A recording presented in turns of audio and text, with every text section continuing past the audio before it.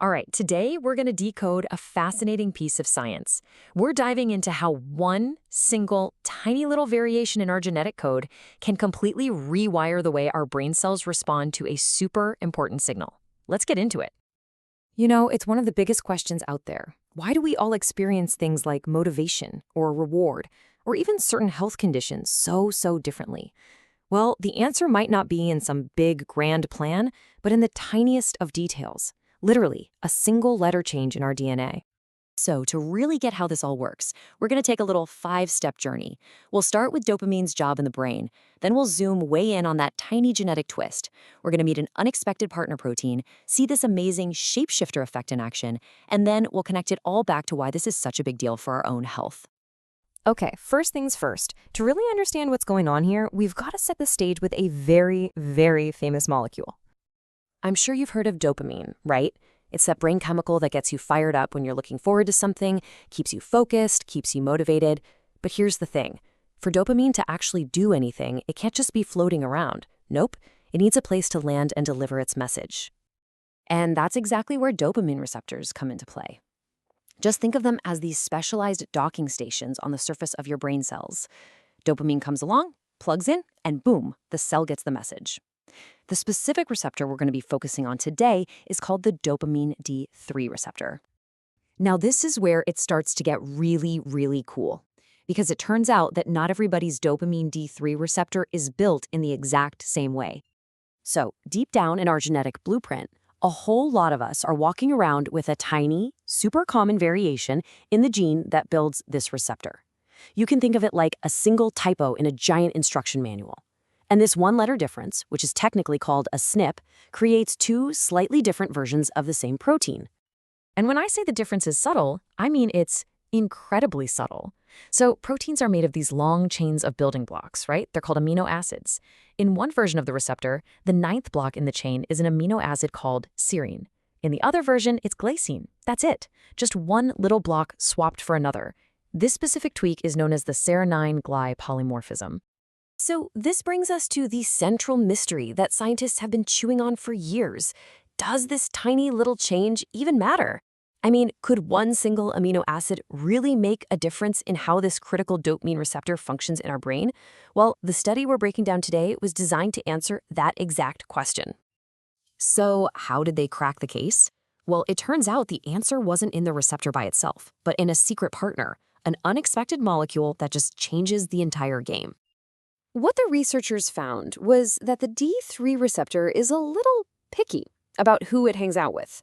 While other dopamine receptors work with a whole bunch of different proteins, the D3 receptor seems to have this special relationship with just one, a protein called adenylyl cyclase 5, or AC5 for short. And that unique partnership was a huge clue. And get this isn't just a casual friendship. The researchers proved that the D3 receptor and AC5 are physically stuck together, forming a little molecular machine. They found direct evidence of this in rat brain tissue, which was a huge step. But how did they actually prove that? They used this really clever technique that's basically like molecular fishing. So they made a tiny hook that was designed to grab only the D3 receptors from a sample of brain cells. Then, when they pulled those receptors out, they just checked to see what else came along for the ride. And guess what? Every single time, AC5 was right there, attached. It was the smoking gun. Definitive proof of their partnership. Okay, this is the climax of the story.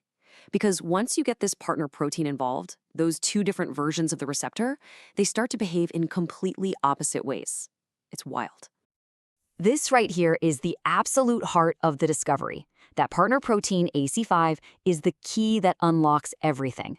Its presence completely changes how the receptor responds to dopamine, and this is the amazing part, it only does it for one of the two versions.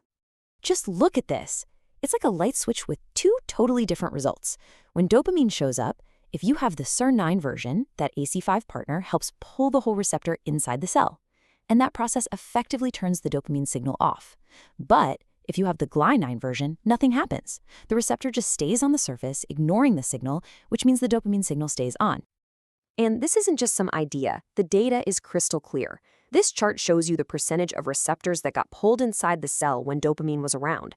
Look at the SERN9 variant with its AC5 partner. About 27% get pulled in. Now look at the Gly9 variant, only 9%.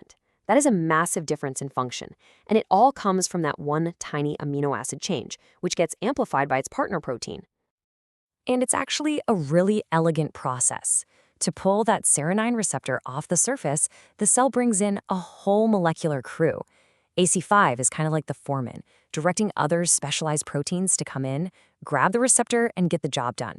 It's this beautifully coordinated dance happening inside our cells every second.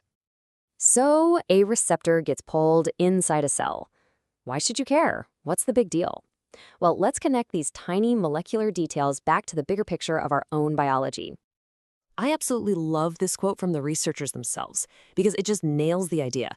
They say AC5 acts as a SNP-biased shapeshifter. How cool is that? It means this molecule literally changes the shape and function of the receptor, but its power to do so completely depends on that single-letter genetic variation, that's SNP. So let's just boil it down. What are the key takeaways? First, these partner proteins can completely rewrite the rules of how our cells work. Second, that whole effect can be controlled by a single letter in our DNA. Third, this gives us a beautiful molecular reason for why we're all so different. And finally, and this is a big one, this could help explain why some medications work wonders for one person but do nothing for another, maybe even paving the way for more personalized medicine down the road. And at the end of the day, that's really the story here. A change so small you can't even imagine it. One letter in our DNA gets amplified by a partner protein, and the result is two brains that respond to dopamine in fundamentally different ways. One is quick to turn the signal off, and the other just leaves it on. It really makes you wonder, doesn't it? If this one protein can act as a shapeshifter, how many other secret partnerships are hiding out in our cells, quietly shaping who we are? It's just a reminder of how much we still have to discover about the amazing complexity inside of us. Thanks so much for tuning in.